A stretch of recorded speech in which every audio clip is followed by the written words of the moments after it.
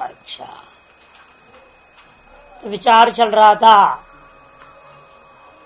कि साधारणत्वेपि अयम अयम आत्मा शब्दस्य न प्रकरणम उपपदम वा किंचित निश्चयक मंत्रेण अन्यत्र वृत्तितया निर्धारितुं शक्यते है। थोड़ा पीछे ले रहा हूं। यदि भी आत्मा शब्द अनेक अर्थों में अनेक जगह प्रयोग हो जाते हैं, ये बात तो हमें बिल्कुल निश्चय है ही, इसमें कोई संशय नहीं है। लेकिन यद्यपि आत्मा यह शब्द जो है सर्वसाधारण है, अनेक अर्थों भूतात्मा इंद्रियात्मा अनेक रूप में प्रयोग हो रहा है।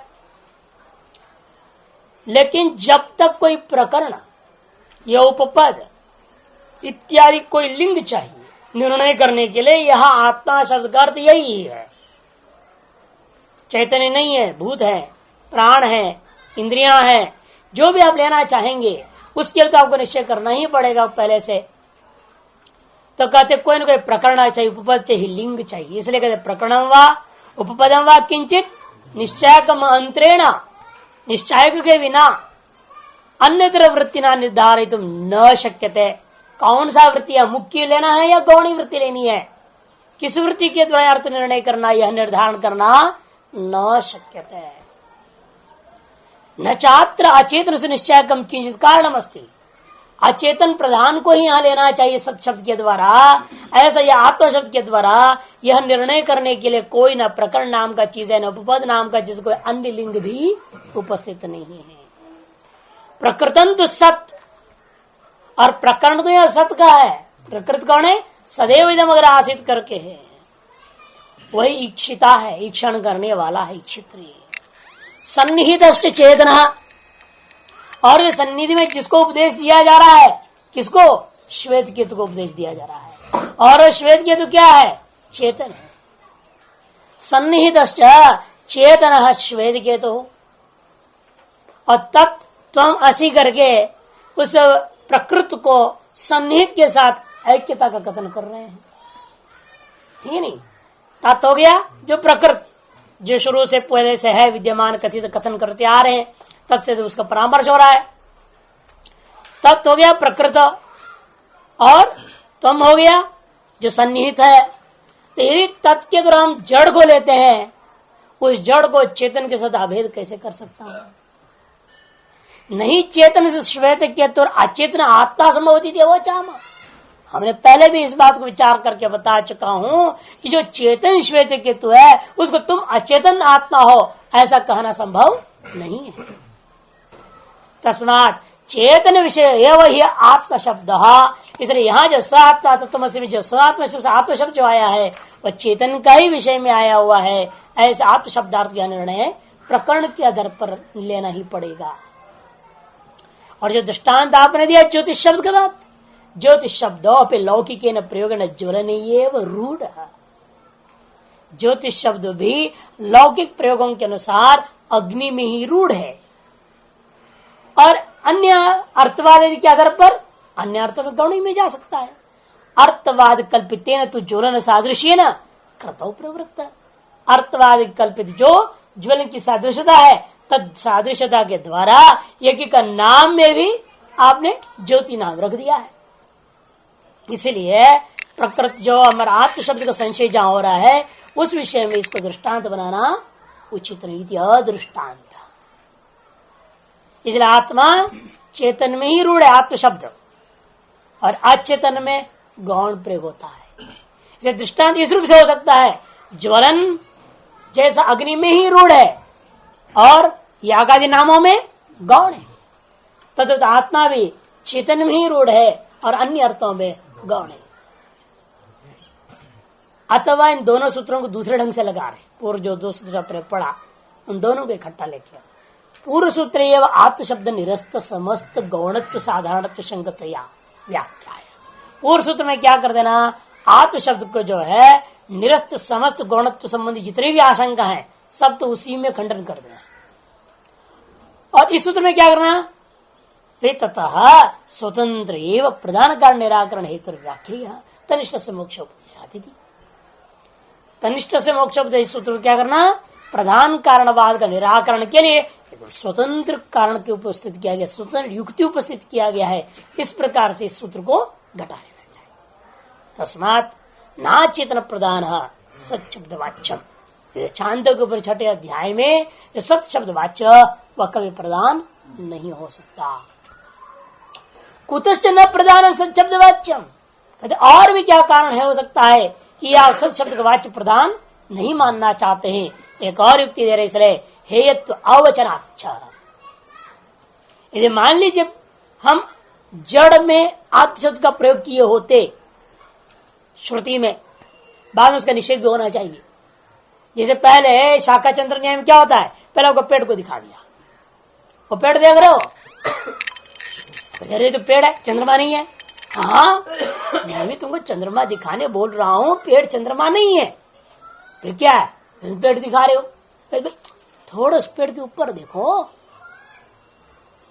तो इधर उधर दिशा में देखेगा तो नहीं दिखेगा, द्वितीया की चंद्रमा है, कुछ क्षणों के लिए टिकता है वो, तो इसलिए हम तुमको पहले पेड़ दिखा दिए ताकि तुम्हारी निगाह सीधे उस दिशा में पहुंच जाए, और फिर वहां से थोड़ा ऊपर करोगे तो वहां दिखाई देगा चंद्रमा। लेकिन जो प्रथम जो निर्देश हुआ था उसका निषेध किए बिना आप उससे ऊपर वाले चंद्रमा का बोध नहीं करा सकेंगे। प्रथम निर्देश वृक्ष का हुआ, लेकिन उसका हमें निषेध करना पड़ेगा यदि वास्तविक चंद्रमा में ले जाना होगा। इसी प्रकार से यदि यहाँ प्रधान का निर्देश किया गया था, जड़ का निर्देश किया गया था, और उस व्यक्ति को नित्य आनंद चैतन्य में ले जाना चाहते हो मोक्ष की ओर, फिर उसका निषेध भी आना चाहिए था ना कहीं। पूरे प्रकरण में कहीं आना चाहिए था, जिसको सत करके शुरू में मैंने कहा वो सत नहीं है, तुम सत हो, ऐसा कहा है क्या कहीं? बीच में कहीं नहीं। जैसे वृक्ष चंद्रमा नहीं है, वृक्ष से ऊपर देखोगे तो वो चंद्रमा है, पहले वृक्ष को देखो, निर्देश हुआ, फिर उस निर्देश का अपलाप हुआ। इन वास्तव में वृक्षों की हिम्मत में टिको भाई, उससे आगे और निगाह उठाओ, नहीं तो कहेगा वृक्ष पर तो कहीं चंद्रमा लटका नहीं है। अरे आम दिख रहे हैं, आम लटका पड़ा है, चंद्रमा तो है नहीं, तब उसको ही तो कहोगे आप। हाँ तुमको चंद्रमा की ओर ले जाने के लिए मैंने पहले पेड़ की ओर ले गया, अब उस पेड़ को छोड़ो, पेड़ चंद्रमा नहीं है, ना पेड़ पर चंद्रमा लटका है, किंतु पेड़ से ऊपर। उसी और यहां पर भी आपको कहना चाहिए, यदि सत शब्द वाच्य प्रधान लेना चाहेंगे फिर तत्वमसी को घटाने के लिए बीच में कहीं ना कहीं आपको एक वाक्य मानना पड़ेगा, जहां सत शब्द वाच्य प्रधान को निषेध करके सत शब्द वास्तव में चेतन श्वेत केतु है, इस बोध कराने बीच में एक वाक्य होना चाहिए। ऐसा कोई वचन नहीं है, हेयत्व अवचनाच्छ। नहीं तो क्या होगा, उसी में निष्ठा हो जाएगी, प्रधान में निष्ठा हो जाएगी, और प्रधान में निष्ठा होने का मतलब क्या, चेतन को आपने जड़ बना दिया।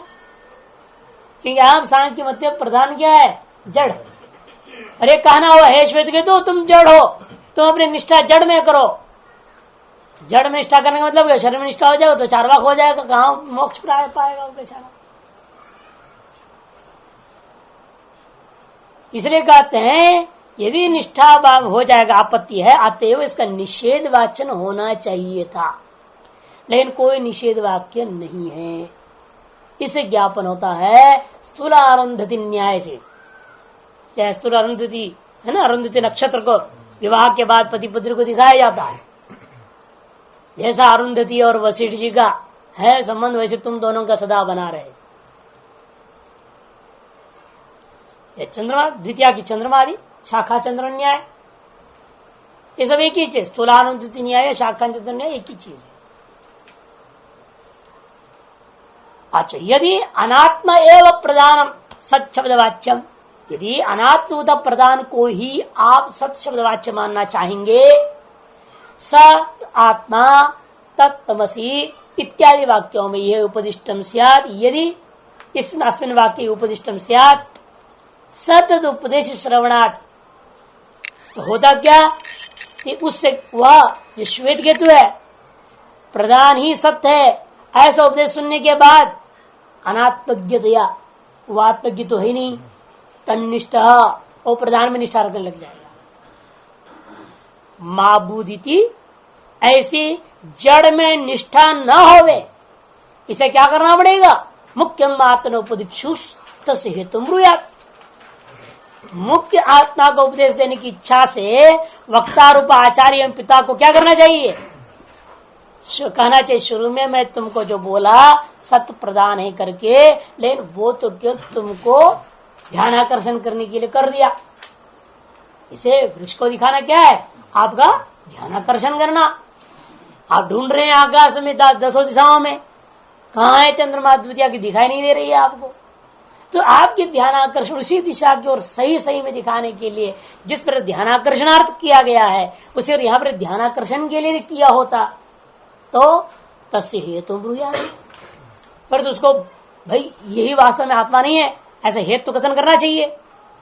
यही वास्तव में आत्मा नहीं है, इसी का तुम ध्यान मत किया करो आत्मा करके, इससे परे है आत्मा, ऐसा बताना चाहिए ना उनको। ऐसा कोई हेतु परक वाक्य उस संपूर्ण प्रकरण में कहीं नहीं।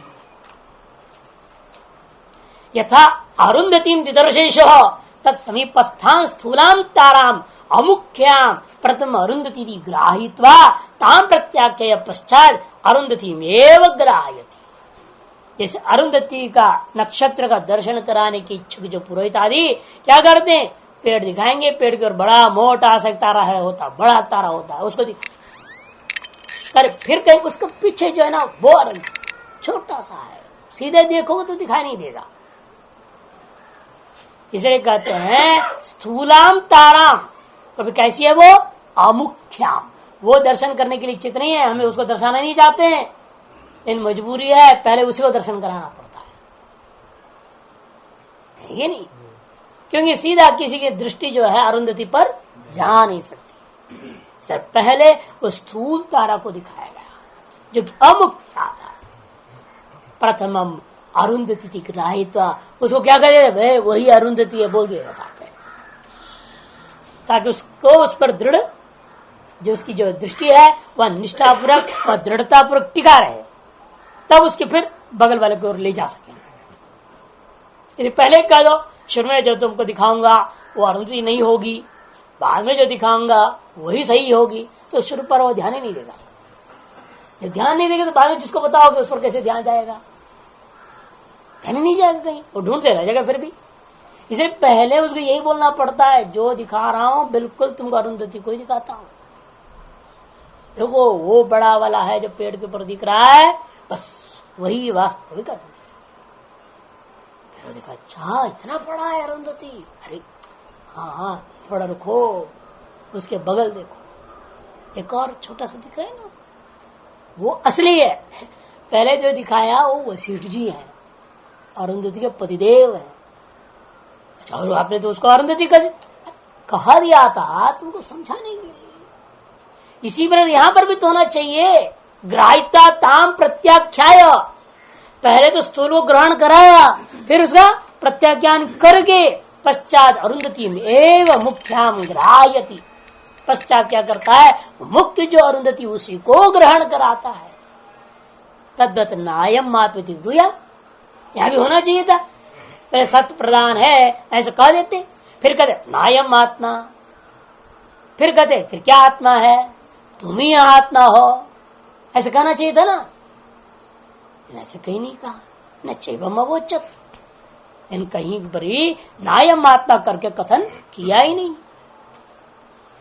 सन्मात्रात्मगति निष्ठा ये वही षट प्रपाठ का परिसमाप्ति दृश्य है, बल्कि जो है सतमात्र में आत्मावगति की निष्ठा करने के परख ही संपूर्ण छठा अध्याय छांदोग्य उपनिषद का उसी में समन्वित हो रहा है। सत्य में ही आत्म रूपेण निष्ठा, कैसी निष्ठा, अवगति पूर्विका निष्ठा, शब्दार्थ पूर्विका निष्ठा नहीं, शब्दार्थ पूर्विका निष्ठा आपको है, सबको है। आप लोगों को वेदांत के प्रति बड़ी श्रद्धा है, बड़ी निष्ठा है, तभी तो सुन रहे हो, नहीं तो क्या को सुनते, कहते ब्रह्म ब्रह्म बोलते हैं बेकार। जैसे एक ब्रह्मचारी आया भागवत में, वो कहता है अरे हर बात को ब्रह्म में ले जाते, हर बात कर, कहाँ है भागवत ब्रह्म ब्रह्म, कुछ नहीं है बोलता है।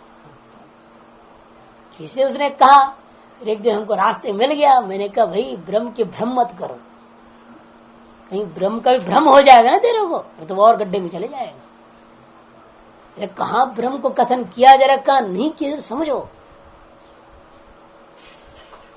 तो वो कहता है स्वामी जी आप तो हर बात को ब्रह्म पर कैसे घटाते हैं, कैसे हो सकता है ये?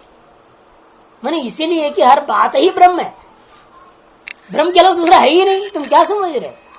ब्रह्म के अलावा कोई दूसरा चीज भी हो तब ना उस तरफ घटा भी दे, है कहां दूसरा कोई? एकमेव अद्वितीय तत्व है, दूसरा कोई तत्व नहीं। तो हम घटाएं कहां? घटाएं उसको ले जाए। उदय ब्रह्मा विष्णु महेश में घटाना चाहिए ना, तो सब भक्तों में घटाना चाहिए, सब द्वैत में घटाना चाहिए। द्वैत हो तब ना घटाए। जो द्वैत है ये भ्रांति है, इसको कैसे घटा दूंगा?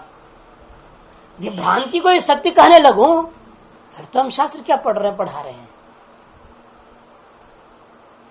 इसलिए भ्रांति का निवारण कर असली सत्य की ओर ले जाना है, और ले जाना पड़ेगा इसी आधार पर ही।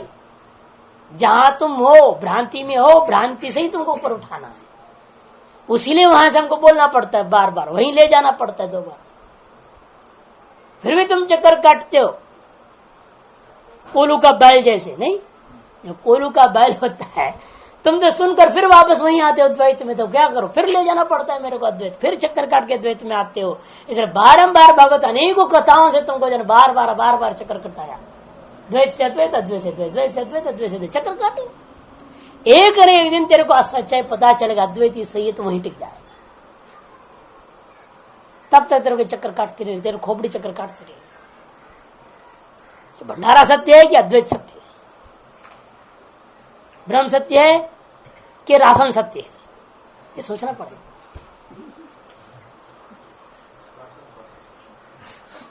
अब शुरू में यही आएगा, राशन सत्य, भंडारा सत्य है। यही तो होता ही है। ये तो आम आदमी सभी के अंदर है। आबाल वृद्ध हालिक पांसु काश्चापि पश्वादि विश्व विशेषात रासनम सत्यम। पहले बोल चुके ब्रह्मसूत्र के शुरू में, पश्वादि विश्व विशेषात। आहार निद्रा भय वैतुरंच सब समान है, कोई अंतर नहीं इन चीजों में। वहां से उठाने के लिए सारा वेदांत है। पशुत्व से उठाकर मनुष्यत्व में लाना है, फिर मनुष्यत्व उठा के शुद्ध ब्रह्म स्वरूप में ले जाना है। इसलिए आचार्य शंकर मनुष्यत्व दुर्लभ, अत्यंत दुर्लभ में। इसलिए मनुष्यत्व उन्होंने क्यों गिनाया? इसीलिए गिनाया क्योंकि सब पशु ही हैं। बोलोगे तो भले बुरा लगता है, लेकिन सच्चाई में सब पशु है, मनुष्य है ही नहीं। मनुष्य रूपेण मृगाश्चरति चरितार्थ हो रहा है सर्वत्र। जब तक विवेक वैराग्य नहीं, यथार्थ को ग्रहण करने के लिए प्रयास नहीं है, तब तक जो है वह मनुष्य तो उसके अंदर आ ही नहीं सकती। इसलिए तो आते हैं पढ़ने के लिए और आपस में लड़ जाते हैं। सब आए, कहां से आए हैं? न कोई रिश्तेदारी है, किसी की कोई रिश्तेदारी नहीं। कौन कहां से टपके, कौन कहां से टपका, और सब इकट्ठे बैठे प्रेम से पढ़ने के चक्कर में, और पढ़ने के चक्कर में पढ़े, लेकिन हो गया कोई जौहरी, है कि नहीं? ये बड़ा विचित्र है। कारण क्या है? हम लक्ष्य पर टिकते नहीं। लक्ष्य पर टिकेगा तो आदमी को पढ़ाई के साथ दूसरा क्यों दिख रहा है? वो 8 रोटी क्यों खाता है और 4 क्यों नहीं खा रहा? जो रोटी खाने में क्यों गई दृष्टि? कोई 8 का, जो 4 का, कोई 6 का, तुम्हारा क्या बाप का बिगड़ रहा है? अन्न क्षेत्र की जिंदाबाद है, खूब मिल रहा है, खा रहा है, खाने दो ना 10-20। तुम पढ़ने आए हो, तुम्हारी वृत्ति पढ़ाई में होना चाहिए कि रोटी में जाना चाहिए? कौन क्या कर रहा है?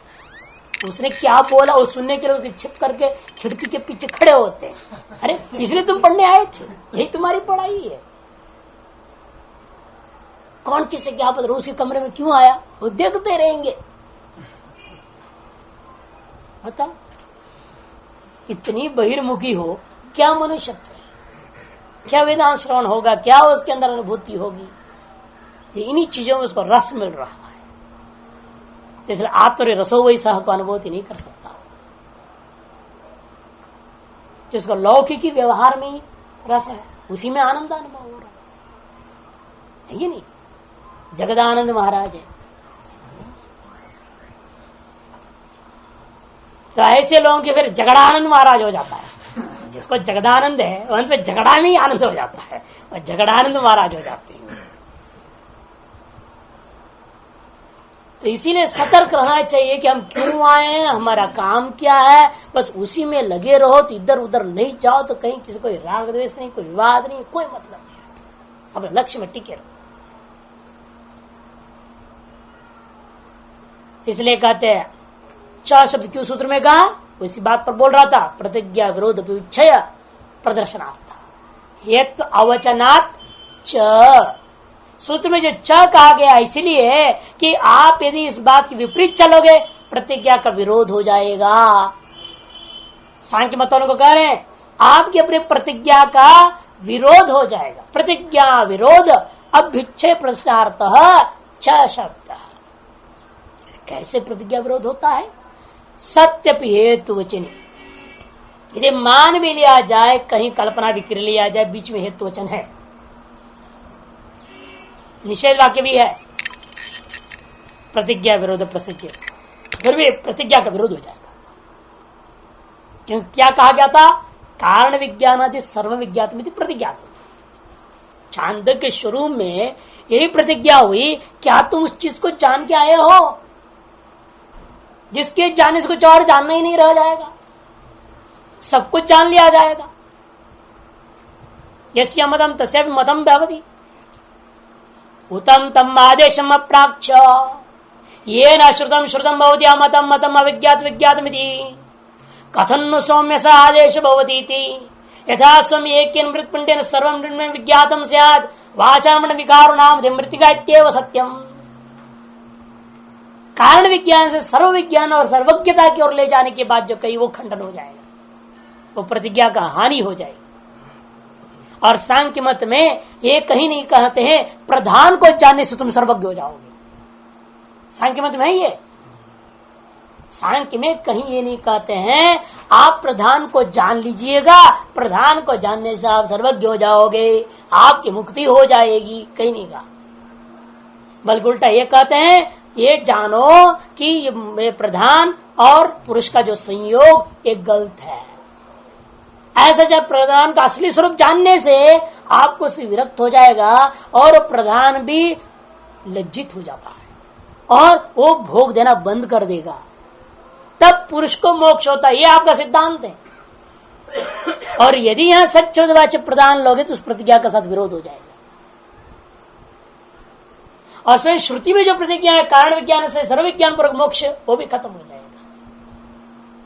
दोनों तरफ से सांख्यों की प्रतिज्ञा का विरोध हो जाएगा और चांदोग्य में जो स्वयं पिता ने जो प्रतिज्ञा की थी उस पिता के गुरु की प्रतिज्ञा का भी विरोध हो जाएगा। उसने उपदेश देने को क्या कहा? तो मैं किसका उपदेश के बारे में पूछा? उसने पूछा उत्तम आदेशम अप्राक्ष्य, क्या तुम उस तत्व के आदेश या उपदेश के बारे में अपने गुरु से पूछा है? ये न श्रुतम श्रुतम भवति अमतम मतम अविज्ञात विज्ञातम इति, जिसके न सुना भी, जिसके जानने पर न सुना भी सुना हुआ हो गया, न जाना हुआ जाना हुआ हो गया, न अनुभव किया भी अनुभव किया हुआ हो जाता है। कथनु भगवत आदेश होती थी, तो उसने पूछा फिर वो आदेश का स्वरूप क्या, आप ही बता दीजिए। फिर एक दूसरा मंत्र बीच में आता है, फिर तीसरे में आया यथा सौम्य एकेन मृत्पिंडेन सर्व मृण्मय विज्ञातम, एक मृत पिंड के द्वारा संवर सब कुछ मृण्मय पदार्थ ज्ञान हो जाएगा। वाचारमण विकारो नामधेयम मृत्तिका इत्येव सत्यम। तीसरा है 6:1:1 पहले था कथम नु भगवत आदेश होती थी यहां तक। फिर यथा सौम्य ऐक्य नित्य जो है 6:1:3 का है। यहां इन्होंने पूछ दिया भवती इति, बोल तो दिया वैसे भवती इति, यहां अलग करना चाहिए इसको। 6:1:3 ये होना चाहिए। तो उपदेश भी क्या है? देखो कारण विज्ञान से सर्व विज्ञान का उपदेश है, तो ब्रह्म विज्ञान की सर्वज्ञता की संभावना है, प्रधान के विज्ञान से सर्वात्मभाव की सर्वज्ञता की संभावना नहीं है। क्यों? आप पूछे क्या कारण है? प्रधान से सारा जगत बना है, लेकिन प्रधान से पुरुष बना है क्या है? प्रधान का विकार है पुरुष।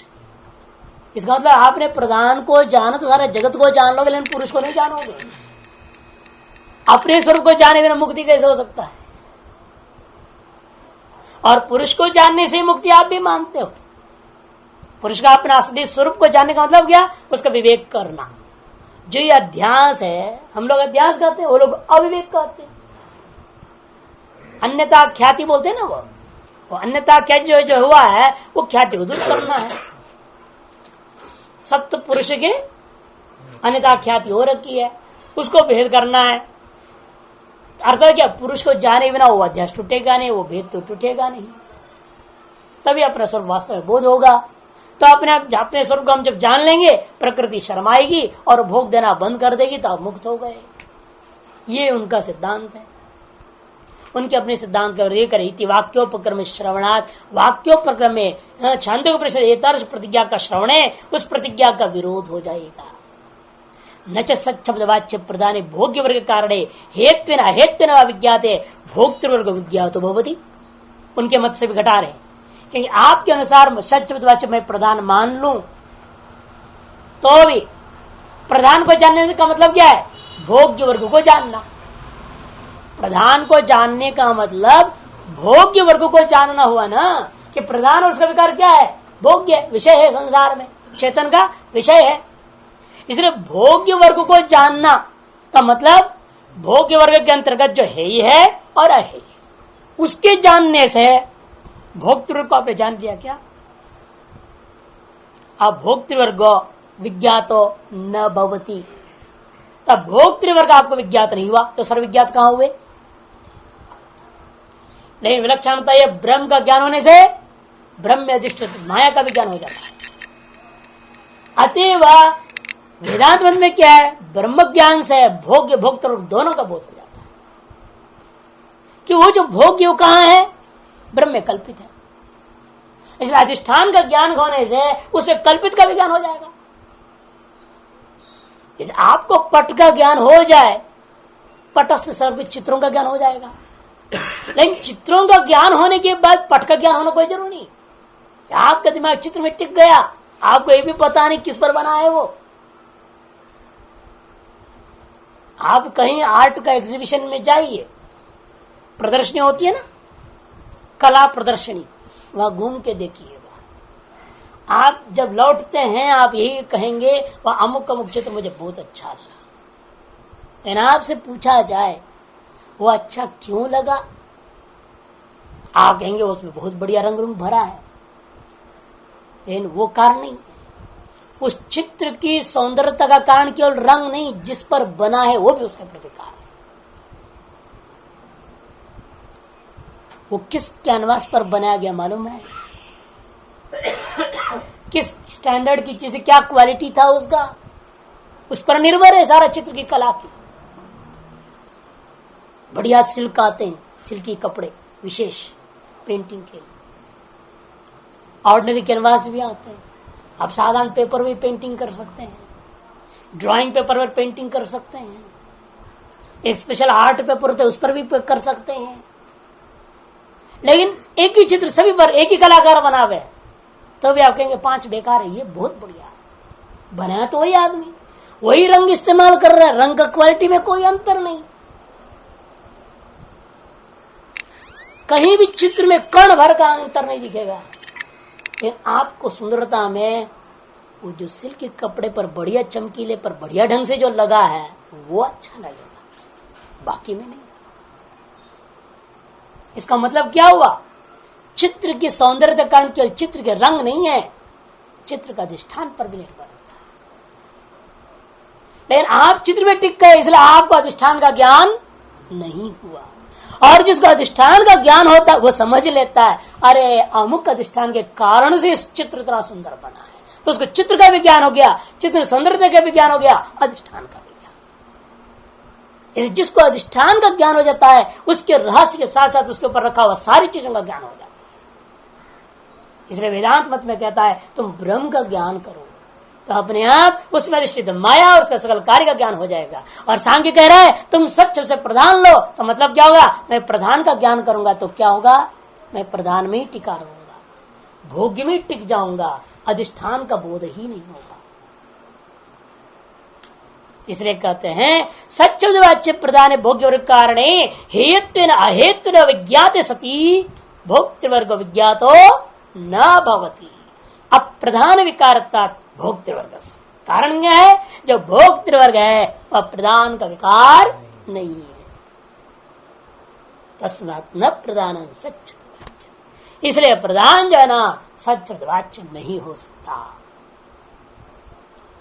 और भी कोई हेतु है क्या जिसलिए हम इस प्रकरण में सच्चब्द वाच्य प्रदान नहीं ला सके?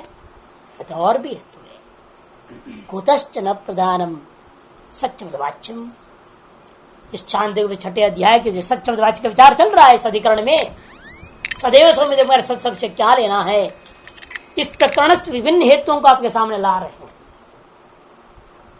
जिन हेतुओं के आधार पर आप सांख्य धनी दर्शनों का खंडन कर सकते हैं। और एक और हेतु है स्वाप्ययात, स्वस्मिन्नेव अप्ययात इति स्वाप्ययात, स्वस्मिन्नेव अप्ययात इति स्वाप्ययात, स्वम अपीतो भवति स्वपिति इति नाम। स्वयं छांदोग्य में कहा है वहां पर। श्रुति कहती कि सुषुप्ति में जीव कहाँ है? स्वस्मिन्नेव सत पदार्थ एव अप्यात लयात लीनत्वात्। अतः सच्चेतन चेतन ब्रह्म ही हो सकता है, अचेतन प्रधान नहीं हो सकता, कि चेतन कभी जड़ में लीन नहीं हो सकता है। चेतन जो चीज है वह कभी जड़ में लय होता हुआ नहीं देखा गया, लेकिन जड़ को चेतन में लय होता हुआ देख सकते हो कि जड़ कल्पित होता है। चेतन रूपी अधिष्ठान पर आपकी दृष्टि चली गई तो जड़ कहाँ गया? गायब हो गया। गायब हो मैंने कहा चला गया? वो आप में ही लीन हो गया, कहीं और थोड़े गया। कि आप में ही कल्पित था, आप में ही लीन हो गया। जैसे स्वप्न के सकल पदार्थ क्या थे? जड़ थे। जड़ में ही स्वप्न दृश्य कहाँ गया? आप में चला गया। इसे जड़ को चेतन में लय होता हुआ आप देख सकते हो, लेकिन चेतन को जड़ में लय होने का कहीं भी दृष्टांत नहीं मिलेगा। स्वस्मिन् अप्यात कहने का तो इसलिए सच से ब्रह्म ही लेना होगा कि सत में लय का, तो तदा सता सौम्य संपन्नो भवति, उस समय वह सत से संपन्न है। अर्थात क्या है? सत से यदि जड़ लोगे, जड़ के साथ ही भूते करना पड़ जाएगा और वह असंभव है। इसे सच शब्द से चेतन ब्रह्मी लेना पड़ेगा, जिसके साथ श्वेत केतु पुता जीव जो सोया रहा है उसके एकता का कथन हो सके। तदेव सच शब्द वाच्यम कारणम प्रकृति श्रूयत है। सच शब्द वाच्य कारण को प्रकरण प्रकृतिया उसको कारणत्व कथन करके बाद में श्रवण किया, बोध कराया है श्रुति ने। यत् पुरुष स्वपिति नाम सदा स्वम तदा संपन्नो भवति स्वम अपीतो भवति तस्मादिनं स्वपिति त्याचक्षते स्वम ह्यपीतो भवति। सच वाच्य सारा जगत का कारण है, ऐसे पहले त्रिवृत कारण है ना, वो तेजो सृज इत्यादि कारण ब्रह्म का कारण स्वरूप कथन कर दिया। और से कार्य में आगे जीवन आत्म नाम और व्याकरवाणी कार्य में आ गए। कार्य में आगे जीव का भी जो जागृत और स्वप्न बताने के पश्चात सुषुप्ति में पहुंचे। यत्र पुरुष स्वपितो ये नाम, जहां पर जाने पर पहुंचने पर इस पुरुष को स्वपिति नाम पड़ जाता है। हे सौम्य तदा उस समय यह जीवात्मा सता संपन्न होती, सत के साथ एकीभूत हुआ रहता है। क्यों उसको स्वपिति पड़ा? स्वम अपीतो, स्वम मने स्वस्मिन्नेव अपीतो। सप्त अधिकरण अर्थ में द्वितीय अपीति है ना, वहां पर तीन प्रत्यांत है, तीन प्रत्यांत को लेकर करना कृदन तब जाके बनेगा वो। इत्याचक्षते स्वम ही अपीतो भवती, क्योंकि उस समय वह अपने स्वरूप में लीन ही रहता है, अतः उसका नाम स्वपिति पड़ा है। इस प्रकार से जो कथन करने वाली श्रुति के आधार पर भी आपको निर्णय ही लेना पड़ेगा। ये श्रुति स्वपिति पुरुष से लोक प्रसिद्धम नाम निर्वक्ति। यहाँ श्रुति जो है स्वपिति यह पुरुष का एक नाम है, ये लोक प्रसिद्ध नाम है, उस नाम का निर्वचन कर रही है। और स्व शब्द यह आत्मा उच्चते, यह प्रकृत सच शब्द वाच्य।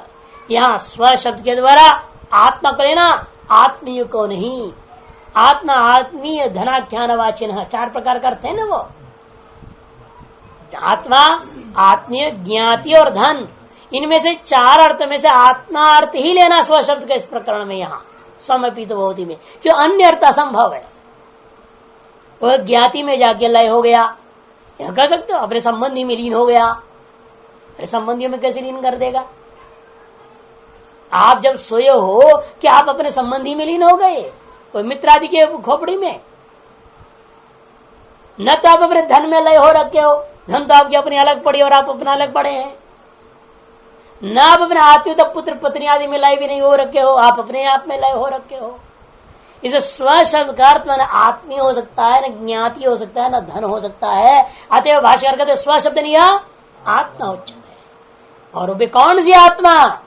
भूत आत्मा, इंद्रिय आत्मा नहीं, यह प्रकृत सच्छब्दवाच्य, जो प्रकृत सच्छब्दवाच्य तम अपी तो भवती, उसी को वह प्राप्त हो गया। मैंने अपी गतो भवती लीनो भवती इत्यर्थ, उसी में लीन हो रखा है। अपि पूर्वस्य एतेर लयार्थत्वम प्रसिद्धम, अपि उपसर्गपूर्वक इन गतो धातु का जो एति का जो रूप है ना, वह लय अर्थ में ही प्रसिद्ध है। प्रभवाप्यय इति उत्पत्ति प्रलय प्रयोग दर्शनार्थ, क्योंकि पहले प्रभाव का बताया, अब अप्यय का बता रहा है, इसलिए उत्पत्ति और प्रलय में ही इन शब्दों का प्रयोग दिखाया सर्वत्र श्रुतियों ने। मन प्रचारोपाधि विशेष संबंधाद इंद्रियार्थान गृह्णन तद विशेषापन्नो जीवो जागृति, वही व्यवस्था बता रहे, जागृत स्वप्न सुषुप्ति। पहले जागृत में क्या हुआ? मन प्रचारोपाधि विशेष संबंधात,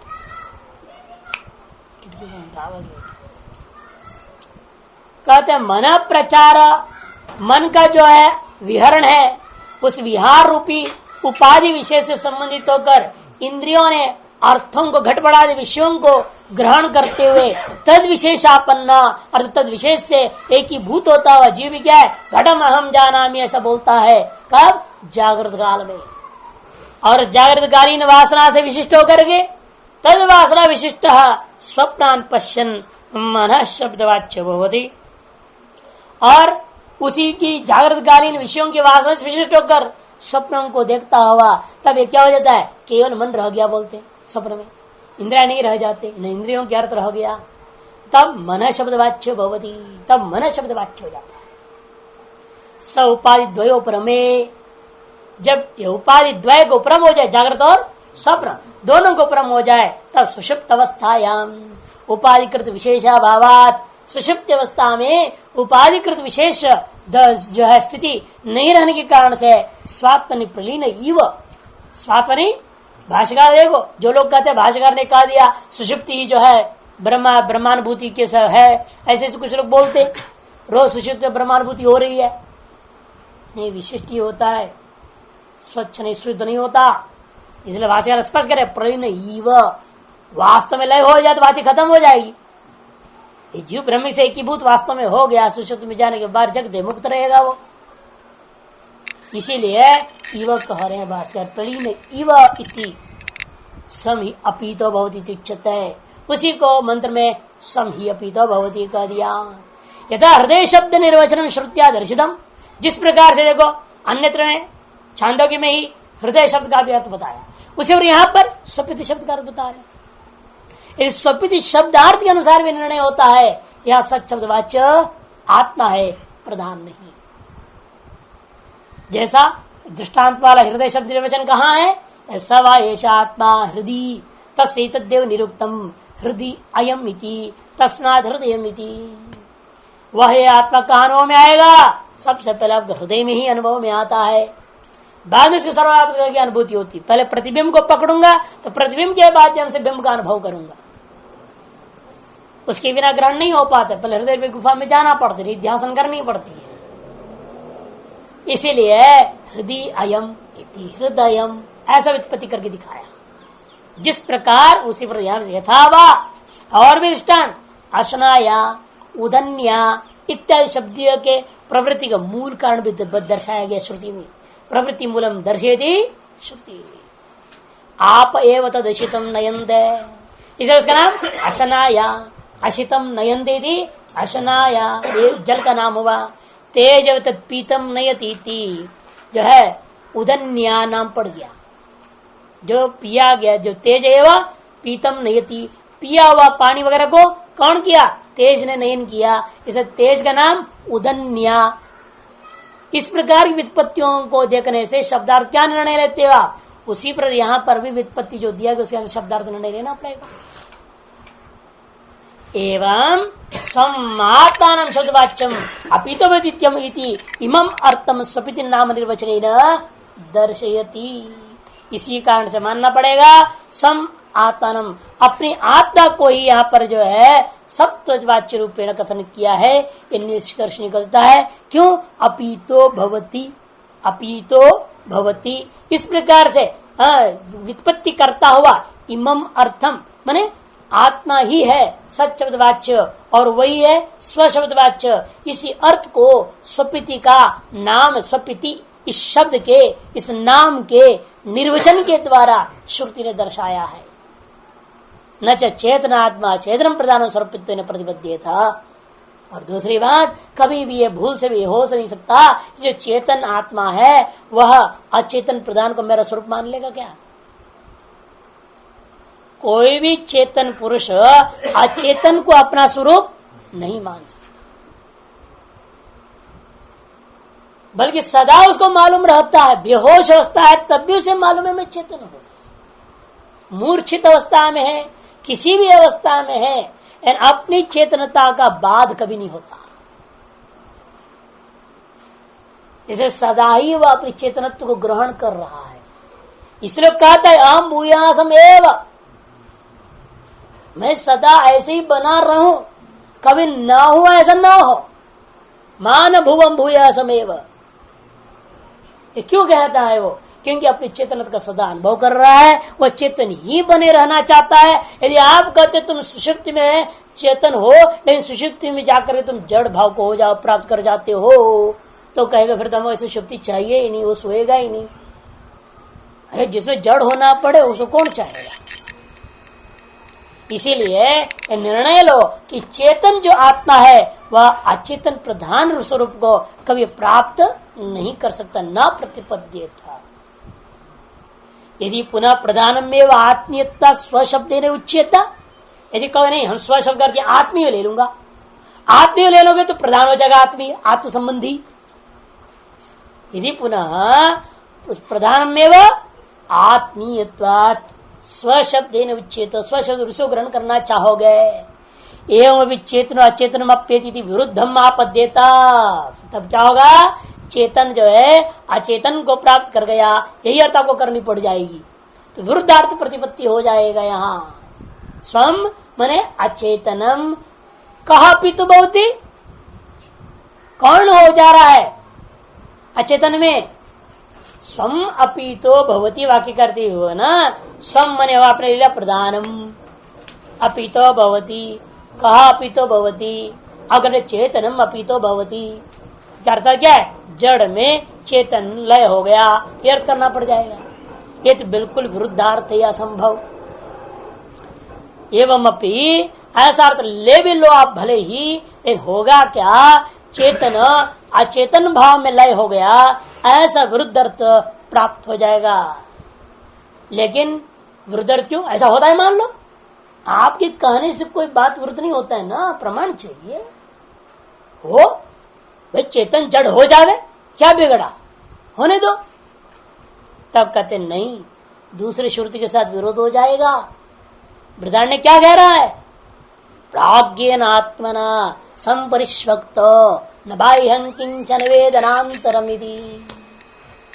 स्पष्ट कहता है प्राज्ञेन आत्मना संपरिष्वक्त, वह कोई दूसरे चेतन के साथ ऐसा एकीभूत हो गया कि वह न बाहर न भीतर कुछ भी नहीं जानता। ये जो जीवात्मा था वो कोई दूसरी प्राज्ञ आत्मा नाम का चीज थी, उसके साथ एकीभूत हो गया।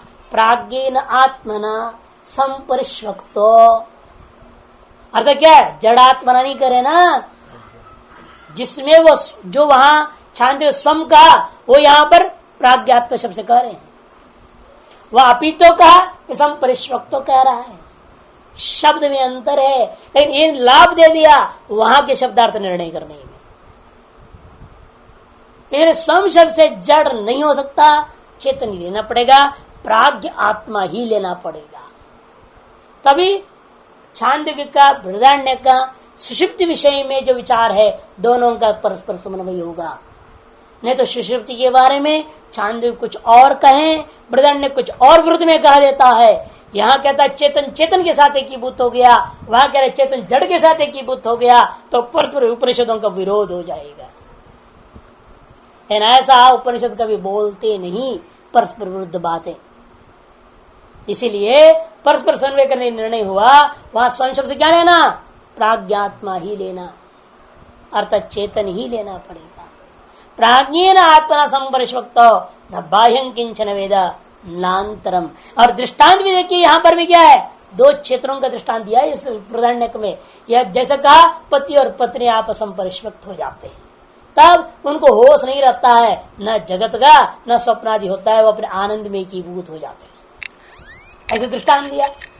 वहां क्या मानोगे, ये पुरुष चेतन है और पत्नी जड़ है? उसके साथ एकीभूत हो गया? ऐसा नहीं हो सकता। वहां दृष्टांत भी दो क्षेत्रों का परस्पर एकीभूतता का दृष्टांत है, भले दो परिच्छिन्न चैतन्यों का है, और यहाँ परिच्छिन्न चैतन्य का अपरिच्छिन्न चैतन्य के साथ उपाधि सहित लय हो रहा है, इतना अंतर है दृष्टांत। इसलिए कहते हैं प्राज्ञेन आत्मा संपरिष्वक्त न बाह्यं किंचन वेद नान्तरम सुषुप्त अवस्थाएं चेतने अप्ययम दर्शयति। चेतन में ही चेतन का लय को दिखाया गया है। अतो यस्मिन्नाप्य सर्वेषां चेतनानां तच्चेतनम सच्चब्दवाच्यम जगत कारणम न प्रधान। इसलिए मानना पड़ेगा जिसमें समस्त चेतनों का लय होता होगा वह भी चेतन जरूर होगा, और वह चेतन ही यहाँ सब शब्दवाच्य है, वही जगत का कारण है। यही जो छठे अध्याय का सार है, न प्रधानम। इसलिए कहीं भी प्रधान को ग्रहण करने की गुंजाइश नहीं है। एक और हेतु से फिर समझाएंगे, कुतश्चन प्रधानम जगत कारणम गति सामान्य। इसी प्रकरण वाक्यों को लेकर के गति सामान्य, जैसे यहाँ पर जो है दृष्टांत दिया है, यथा अग्निर्ज्वलित सर्वादिश विस्फुलिंगा विप्रतिष्ठेरन एवमेव आत्मन सर्वे प्राणा यथा यथम प्रतिष्ठितेरन। तो ये जो दृष्टांत है ना, वो दृष्टांत स्पष्ट बता रहा है। प्राणेभ्यो देवः देवेभ्यो लोकाः इत्यादि सारा कौशिक उपनिषद दिया, और छांदोग्य को भी दिया। तस्मात् तस्मात् आत्मन आकाश शब्द तैत्तिरीय आत्मनेव इदं सर्वम। आत्मा से ही सारा जगत, आत्मन एष प्राणो जयते प्रश्नोत्तर। चार अलग अलग उपनिषदों के दृष्टांत दे रहे हैं कि सारा जगत का कारण आत्मा ही है, प्रधान नहीं है, ये सिद्ध करने वाला है। इससे भी सच शब्द वाच्य आपको लेना पड़ेगा, ब्रह्म चेतन न कि जड़ प्रधान।